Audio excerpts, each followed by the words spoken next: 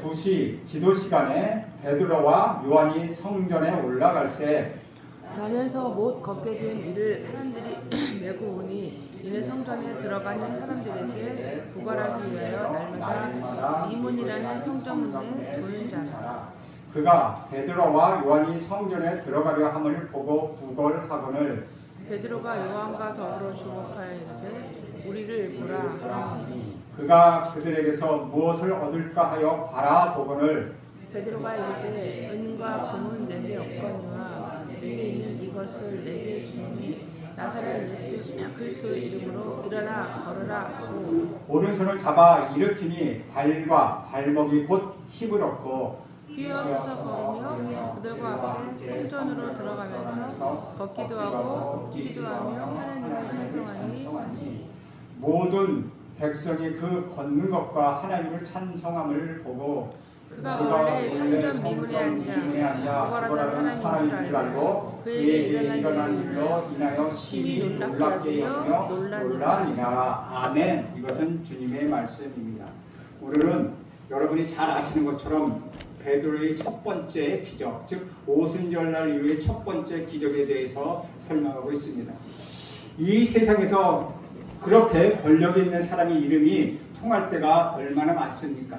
나 누구누구다, 나 대통령을 안다, 나 누구를 한번 안다 하면은 그러냐 하고 얼른 몇십억까지 내어주는 세상이 되었다는 것이죠. 돈이 많은 사람의 이름이나 유명한 학자의 이름이 권위를 가질 때가 또한 많다는 것입니다. 그런데 오늘 성경 본문에서는 하늘과 땅에서 가장 권세 있는 가장 높은 이름을 알려주고 있습니다.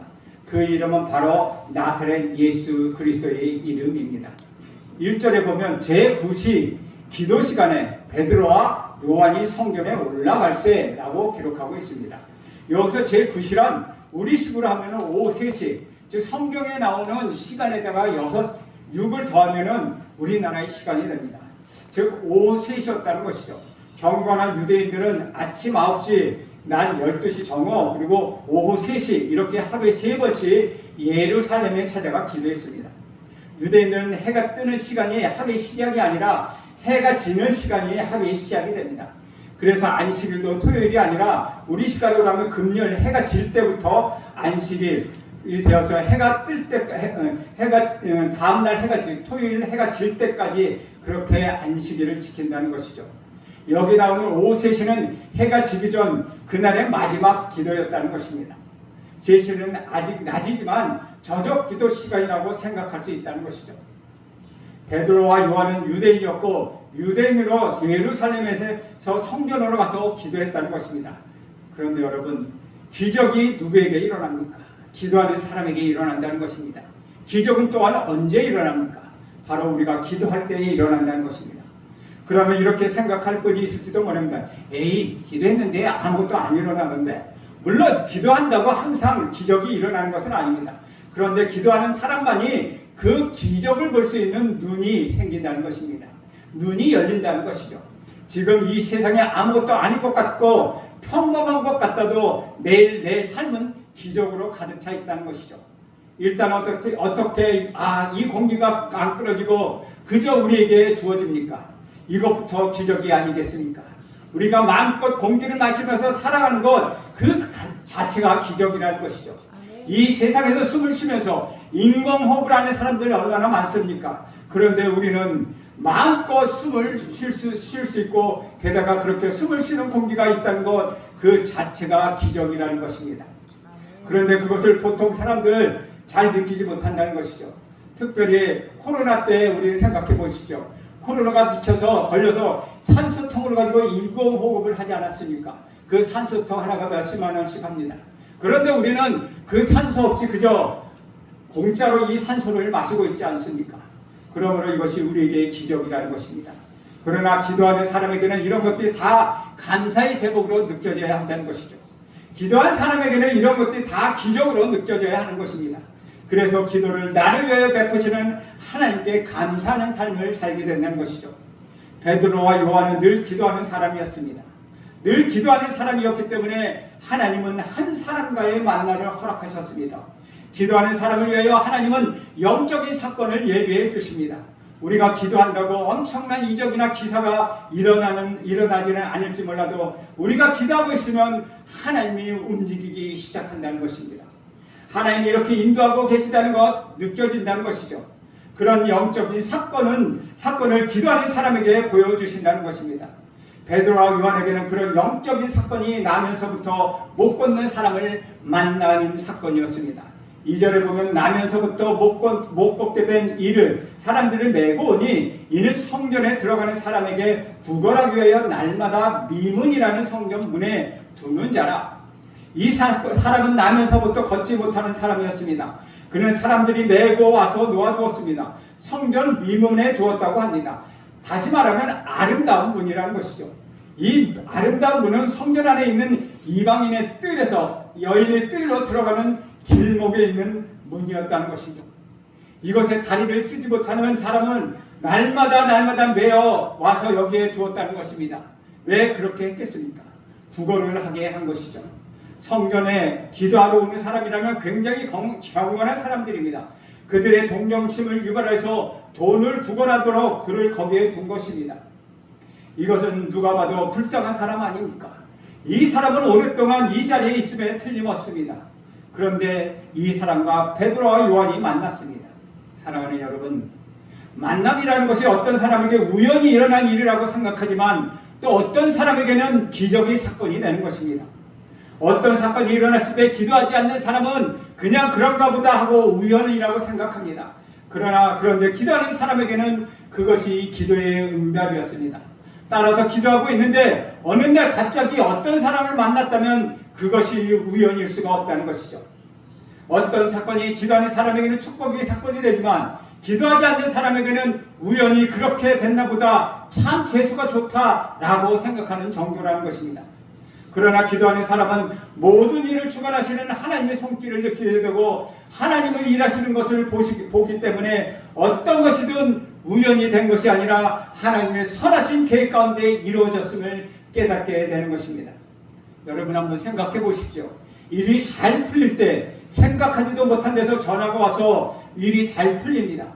아니면 전혀 생각지도 못한 데서 생각지도 못한 사람을 딱 하니 만나서 일을 풀리게 된다는 것이죠.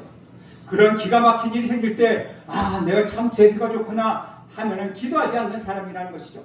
기도하는 사람은 지금 하나님 무언가 하고 계시구나 라고 느낀다는 것입니다. 지금 베드로와 요한 그리고 나면서부터 걷지 못하는 사람이 만나고 있습니다. 그런데 이 장인의 입장에서 보면 별로 중요한 사건이 아니라는 것이죠. 지금 수많은 사람들이 미문을 통하여 성전으로 들어가고 있는데 베드로와 요한도 그 수많은 사람들 중에 한두 명이었다는 것입니다. 그런데 베드로와 요한의 만남이 그에게는 인생 최대의 사건이 되었습니다. 이것은 놀라운 축복과 기적의 사건이었습니다. 이 사람의 상황은 우리가 짐작해 보겠습니다. 첫째, 이 사람은 나면서부터 걷지 못하는 사람이었습니다. 그러니까 잘 살다가 중간에 어떤 사고를 당해서 다리를 못 쓰게 된 사람이 아니라 태어나면서부터 걷지 못하는 장애인이었다는 것이죠. 그 원인은 자기가 실수해서가 아닙니다. 어머니 뱃속에서부터 뭔가 문제가 있었고 태어날 때 뭔가 문제가 있었다는 것이죠. 그것은 그의 잘못이 아니라는 것입니다. 태어나서부터 그렇다는 것입니다. 그러니까 얼마나 마음에 상처가 있겠습니까? 태어나면서부터 이런 장애를 가지고 태어났다는 것입니다. 지금도 부족한 점 있지만 그래도 장애인들을 위대하고 돌보는 사회로 우리는 점점점 변화되고 있습니다. 미국이나 유럽의 선진국은 말할 것도 없고 우리나라도 예전에 비하면 점점 좋아지고 있지 않습니까? 그런데 1세기 당시 유대 사회에서 장애인이라는 것은 하나님의 저주를 받은 사람으로 여겼다는 것이죠. 태어나면서부터 그랬으면 태어날 때부터 저주를 받았다고 여겨지는 불쌍한 사람이라는 것이죠. 둘째, 이 사람은 다리를 못 썼기 때문에 다른 사람들이 도움을 주어야 움직일 수 있는 사람입니다. 누군가 데려다 주어야 한다는 것입니다. 누군가 데리고 가야 갈 수 있다는 것입니다. 그리고 이것이 또 얼마나 불행한 일입니까? 어디를 가더라도 항상 다른 사람에게 부탁해야 하고 의지해야 하기 때문에 굉장히 힘들고 자존심도 상하다는 것이죠. 여러 가지로 아주 힘든 사람이었습니다. 셋째로 그는 다리를 못 쓰니까 할 수 있는 것은 구걸뿐이었다는 것이죠. 그런데 구걸이 습관이 바로 자신의 장애 때문이었다는 것입니다. 다리를 못 쓰는 것이 밥벌이가 되었다는 것이죠. 다리를 못 쓰기 때문에 다른 사람들이 보고 돈을 건네줍니다. 불구로 태어난 것도 불행한데 그것으로 사람을 동정심을 사서 밥벌이 수단으로 사용했으니 얼마나 불행한 사람입니까? 그런데 더욱더 불행한 것은 사람들이 그를 메고 와서 날마다 미문에 두었다는 것입니다. 제가 예전에도 기차역이나 지하철역 보존을 보면 그렇게 다리를 못 쓰는 사람이 누워서 그거를 끌면서 구걸하는 걸 봤습니다. 우리나라에도 지금도 그런 사람이 있는데 이 사람은 날마다 미문 앞에 똑같은 장소에 메어다 놨다는 것이죠. 그러니까 그들을 돕는 어떤 한 그룹의 사람들이 있었다는 것이죠. 좋게 말하면 일종의 동업자인데 이들은 조직을 만들어서 그를 이용하여 돈벌이를 하는 것입니다. 그가 돈을 벌면 그 사람들이 돈을 나누는 것입니다. 그러니까 자기가 태어날 때부터 장애인인 것도 불행한데 그것을 통해서 동정심을 사축을 하여 돈을 벌어야 합니다. 그런데 그 돈을 또 모두 다 자기가 갖는 것도 아니고 다른 사람들에게 떼어 주어야 한다는 것이죠. 자기가 아마 가장 적게 받았을지도 모릅니다. 장애인의 피를 빨아먹는 사람들이 있으니 얼마나 괴로운 일이겠습니까? 돈을 벌어도 행복하지 않습니다. 누가 돈 한 푼을 줘도 자기는 그 중에 얼마밖에 받지 못한다고 생각하니 얼마나 불행합니까? 이 사람은 정말 불행한 사람입니다. 그러다 보니 이 사람에게는 항상 절망감이 있었습니다. 이런 사람에게 무슨 소망이 있고 내일이 있고 미래가 있겠습니까? 이 사람은 꿈도 없고 미래도 없고 내일도 없는 사람입니다. 그냥 하루하루 나와서 구걸하고 아무런 소망이 없이 살아가는 사람이었습니다. 그래도 이 사람은 장인으로서 구걸밖에 할 수 있는 것이 없지만 보통 사람이 미래가 없고 소망을 잃어버렸다면 어떻게 됩니까? 대부분의 사람들은 쾌락주의가 된다는 것이죠. 미래가 없으면 오늘을 즐기고 자기밖에 모르는 이기적인 인생이 되고 만다는 것이죠. 그저 한탕주의가 아니면 쾌락의 노예가 된다는 것입니다. 그것밖에 자기에게 낙이 없기 때문이라는 것입니다. 그런데 오늘 그렇게 놀라운 일이 일어납니다. 그에게 아주 놀라운 사건이 일어났다는 것입니다. 3절에 보면 그가 베드로와 요한이 성전에 들어가려 함을 보고 구걸하거늘 이라고 말하고 있습니다. 지금 세 사람이 만났는데 다리를 못 쓰는 사람은 베드로와 요한이 지나갈 때 한 푼만 주시오 라고 구걸하고 있습니다. 그냥 지나가는 행인들 중 두 사람뿐이라는 것이죠. 그 다리를 못 쓰는 사람, 이 장애인 거지의 유일한 관심은 돈이었다는 것입니다. 오직 자기 배를 채워줄 수 있는 것 은과 금이라는 것이죠. 작은 동전 하나였다는 것입니다. 그냥 습관적으로 지나가는 누구에게나 한 푼만 주시오라고 하는 것이었습니다. 본능적인 요구 없고 매일매일 습관적인 말뿐이었다는 것입니다. 이렇게 습관에 따라 아무런 소망 없이 그냥 하니까 하는 이런 일들이 우리에게 또한 얼마나 많습니까? 그냥 동물적인 욕구에 따라 하루하루 살아가는 경우도 요즘 너무나도 많다는 것이죠. 그런데 이 사람은 그것보다 훨씬 못했다는 것입니다. 그냥 어쩔 수 없이 거기에 앉아 한 푼만 주시오라고 말을 합니다. 그래야 살 수 있으니 그렇게 하는 것입니까? 그러니까 이 사람은 여기서 바라는 것은 영적인 것, 영원한 생명, 소망, 하늘나라가 아니라는 것이죠. 그냥 돈 한 푼만 달라는 것입니다. 오늘 먹고 산다는 정도이라는 것이죠. 그런데 베드로와 요한이 이 사람을 주목해 보기 시작합니다. 4절에 보면 베드로와 요한이 더불어 주목하여 이르되 우리를 보라 하니 라고 기록합니다. 이때까지 이 사람은 베드로와 요한을 보지 못했습니다. 자기 자신이 처지가 그러니까 계속 고개를 푹 숙이고 있었습니다. 구걸하는 사람을 보면 되게 그렇지 않습니까? 구걸하는 사람이 뻣뻣이 얼굴을 한 번만 주세요 라고 하는 사람은 어디 있습니까? 머리를 아래로 꺾고 불쌍하게 여기면서 한 푼만 주십시오 라고 구걸하지 않습니까? 두 사람이 지나가는 것을 발만 보면서 한 푼만 주십시오 하는데 베드로는 그에게 고개를 들고 우리를 보라고 말하고 있습니다. 이 사람이 날마다 여기 있었으니까 베드로와 요한이 그를 이때 처음 본 것은 아니었을 것입니다. 분명히 그를 매일 보았을 것입니다. 기도하러 갈 때마다 그 자리에 그는 있었습니다. 물론 시간에 따라 없을 때도 있었겠지만 이 사람은 유대인들의 기도 시간에 맞춰 거기에 딱 있어야 돈을 벌 수 있기 때문에 기도의 시간에 그는 거기 있었다는 것이죠. 그러니까 베드로와 요한이 그를 많이 봤을 텐데 이 순간에 따라 오늘 이 순간만큼 베드로와 요한의 마음에 성령의 감동을 주셨다는 것입니다. 저 사람이 더 이상 저런 삶을 살지 않도록 도와주어라라는 감동을 받고 그들은 우리를 보라고 말합니다. 참으로 놀라운 일입니다. 우리도 매일 똑같은 삶을 살아가다가 갑자기 이런 성령의 감동으로 할 때가 있지 않습니까? 그때 이 사람의 반응은 어떠했습니까? 5절에 보면 그는 그에게 무엇을 얻을까 하여 바라보고를 라고 이야기합니다. 베드로가 우리를 보라고 했더니 돈을 기대하며 그를 쳐다봤다는 것입니다. 무언가 더 줄까? 돈을 좀 더 많은 돈을 줄까? 무언가 특별한 것을 줄까 생각해서 그를 쳐다봤다는 것이죠. 그런데 베드로와 요한의 만남은 그가 바라던 돈 이상 그보다 훨씬 더 좋은 것을 얻게 되는 놀라운 순간이 되었다는 것이죠. 초자연적인 하나님의 사건이 임하는 순간이 되었다는 것입니다. 6절에 보면 베드로가 이르되 은과 금은 내게 없거니와 내게 있는 것을 내게 주노니 나사렛 예수 그리스도의 이름으로 일어나 걸으라 라고 말합니다. 이 말을 구걸하던 이 사람이 전혀 기대하지 않았고 바라지도 않은 말이었습니다. 돈은 없다. 그런데 예수를 주겠다. 이것이 무슨 말입니까? 베드로는 이 사람이 구하던 은과 금 돈은 아니라 이 사람이 가장 필요한 것, 이 사람에게 정말로 필요한 것, 즉시 일어나 걷는 능력을 주겠다는 것입니다. 이것은 정말 생각해 본 적이 없는 일입니다. 그는 꿈에도 생각해 보지 않았던 것입니다. 왜냐하면 이것은 100% 불가능한 일이었기 때문입니다. 자기가 다쳐서 이렇게 된 것도 아니고 태어날 때부터 이렇게 되었는데 그런 사람이 일어선다는 것 어떻게 알게 되겠습니까? 어떻게 상상할 수 있겠습니까? 일어서서 걷는다는 개념조차 그에게 없었다는 것이죠. 아니 느낌조차도 그는 몰랐다는 것입니다. 그런 사람이 일어선다는 것 어떻게 그는 상상할 수 있었겠습니까? 그런데 일어나 걸어라 라고 말합니다.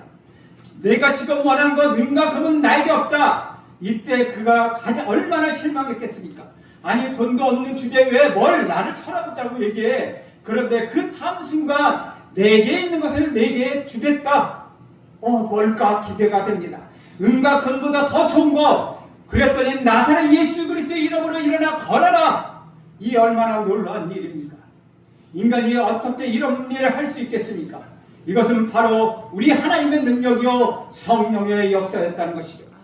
이 부분만 나오면 저는 어렸을 때 주일학교에 불렀던 노래가 생각납니다.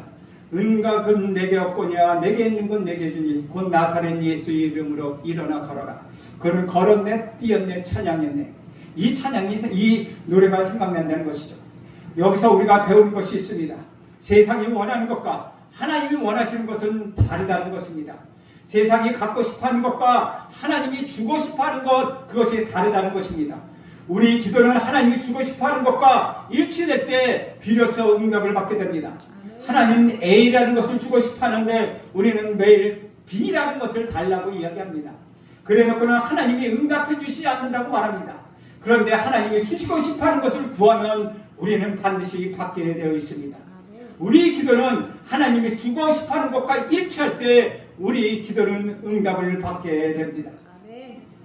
믿는 사람들은 반드시 가난한 사람들을 구제해야 합니다. 하지만 조심스럽게 해야 합니다.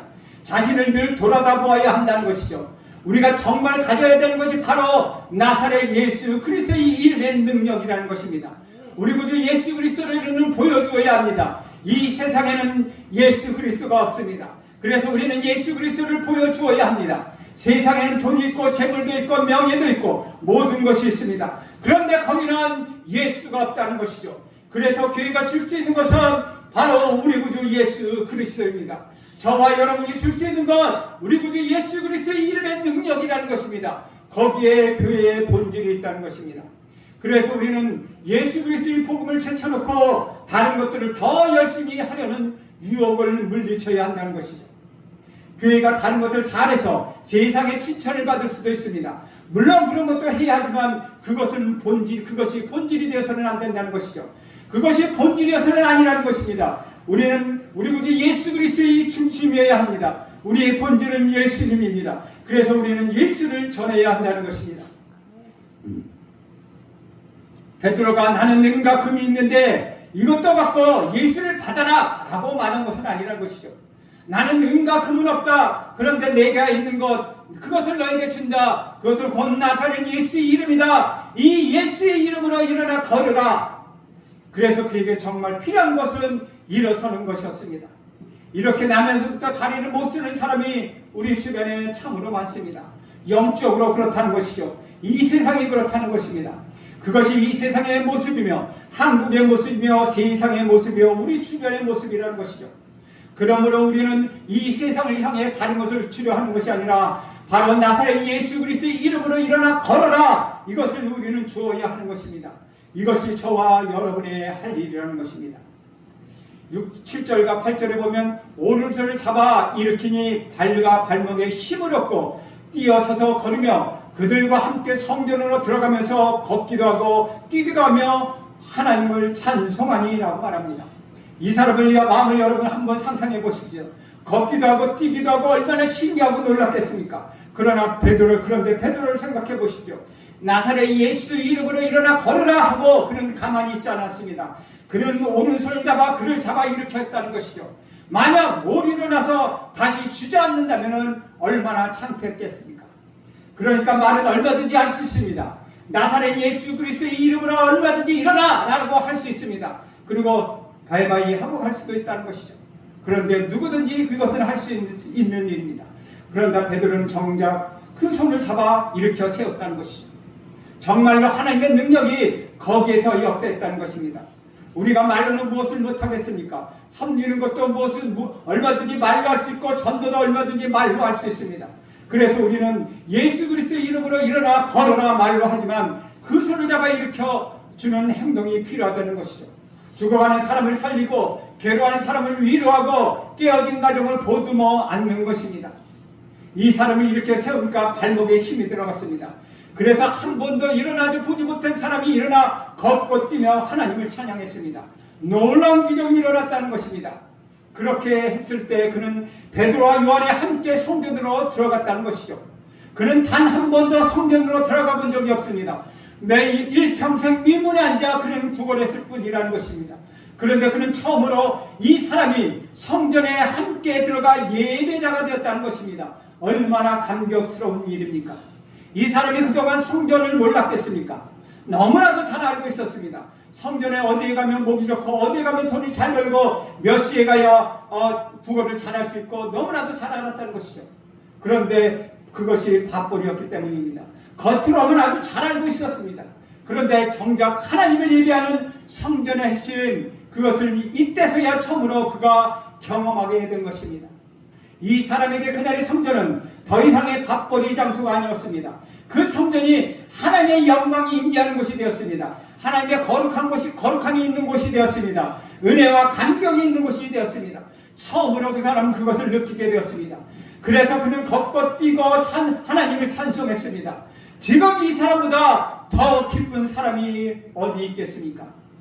그동안은 너무나도 비참했습니다. 너무나도 우울하고 너무나도 수치스러웠습니다. 죽고 싶었습니다. 그런데 지금은 완전히 바뀌었습니다. 돈을 원했는데 돈보다 더 좋은 것을 받게 되었습니다. 가장 필요한 것을 그는 받았습니다. 그래서 이 행복을 더 이상 빼앗기지 않겠다는 것입니다. 이제부터 이 사람은 누가 나를 오늘 성전에 대달아 주려나, 내가 돈을 벌면 얼마를 그에게 떼어라 주려나 하는 그런 걱정은 하나도 할 필요가 없게 되었다는 것이죠. 이제는 정상적으로 하나님을 예배하며 살아가게 됩니다. 비가 와도 걱정이 없습니다. 날이 좋아도 상관없습니다. 더위도 상관없고 추위도 상관없다는 것입니다. 이제 정말 그는 아름다운 삶을 살게 되었다는 것이죠. 9절과 10절에 보면 모든 백성이 그 걷는 것과 하나님을 찬송함을 보고 그가 본래 성전 미문에 앉아 구걸하던 사람인 줄 알고 그에게 일어난 일로 인하여 심히 놀랍게 여기며 놀라니라. 사람들은 너무나도 놀랐습니다. 정말로 깜짝 놀랐다는 것이죠. 그 사람들은 그동안 나면서부터 다리를 쓰지 못했던 이 사람을 매일매일 봐서 너무나도 잘 알고 있었습니다. 왜 그 사람의 얼굴을 모르겠습니까? 그런데 놀라운 일이 이 사람이 지금 걷고 있다는 것입니다. 그런데 걷는 것뿐만 아니라 껑충껑충 뛰며 하나님을 큰 소리로 찬양합니다. 너무나도 많은 충격을 받았다는 것입니다. 이 한 사람의 변화가 나중에 보면 5,000명이 하루에 믿는 역사의 출발점이 되었다는 것이죠. 이 한 사람의 변화가 수천 명의 사람들이 삶의 변화를 주었다는 것입니다. 너무나 놀랍다는 것이죠. 그래서 한 사람이 변화되는 것이 중요하다는 것입니다. 하나님이 찾으시는 사람은 유식한 사람도 부자도 권력자도 아니라는 것이죠. 잘생긴 사람이나 잘난 사람도 아니어도 상관없습니다. 중요한 것은 하나님께 진심으로 나온 사람, 그 사람이라는 것이죠. 바로 이 한 사람이 수천 명의 마음을 바꿔놓는 놀라운 역사를 일으키는 것입니다. 이것이 초대교회에 일어났던 첫 번째 기적이라는 것이죠. 나사렛 예수 그리스도의 이름으로 드러나고 나누어졌을 때 바로 이런 기적이 일어났습니다. 오늘 우리 교회도 바로 이런 기적이 일어나기를 저는 간절히 원합니다. 이런 놀라운 기적이 여러분에게, 여러분의 가정에게, 여러분의 자녀에게 넘쳐나기를 간절히 원합니다. 나사렛 예수 그리스도의 이름을 여러분 선포하십시오. 그 이름을 드러나게 하십시오. 여러분 모두에게는 예수 그리스도가 필요합니다. 사랑하는 여러분, 가는 곳마다 인생의 근원적이고 영원한 문제를 해결해 주시는 분, 그분 우리 구주 예수, 나사렛 예수 그리스도를 만나십시오. 나사렛 예수 그리스도의 이름으로 절망이 사라집니다. 고통은 떠나갑니다. 모든 저주는 떠나갑니다. 이제 절망의 자리에서 일어나십시오. 주저앉아 있는 그 자리에서 일어나십시오. 이제 여러분에게 있는 모든 저주는 떠나갔으니 나사렛 예수 이름으로 복된 삶을 살아가는 여러분 모두가 되기를 간절히 축원드립니다. 여러분 예수 그리스도의 이름을 찬양하십시오. 예수 그리스도의 이름을 믿고 나가십시오. 나사렛 예수 그리스도의 이름에는 능력이 있습니다. 여러분 주의 이름을 찬양하며 오늘 한 주간도 보내는 여러분 모두가 되기를 축복합니다. 기도하겠습니다. 하나님 아버지, 이 땅의 모든 인생의 삶이 마치 성전 미문에서 구부렸던 안진뱅이 상인과 같이 서럽고 힘든다는 것을 고백합니다. 그래서 그들 모두에게 예수 그리스도가 필요합니다. 예수를 믿고 구원을 받아 성령을 받은 우리가 그들에게 예수님의 이름을 전할 수 있도록 하옵소서. 우리는 연약하오니 날마다 인도하고 힘을 더하여 주옵소서. 예수님의 이름으로 기도합니다. 아멘.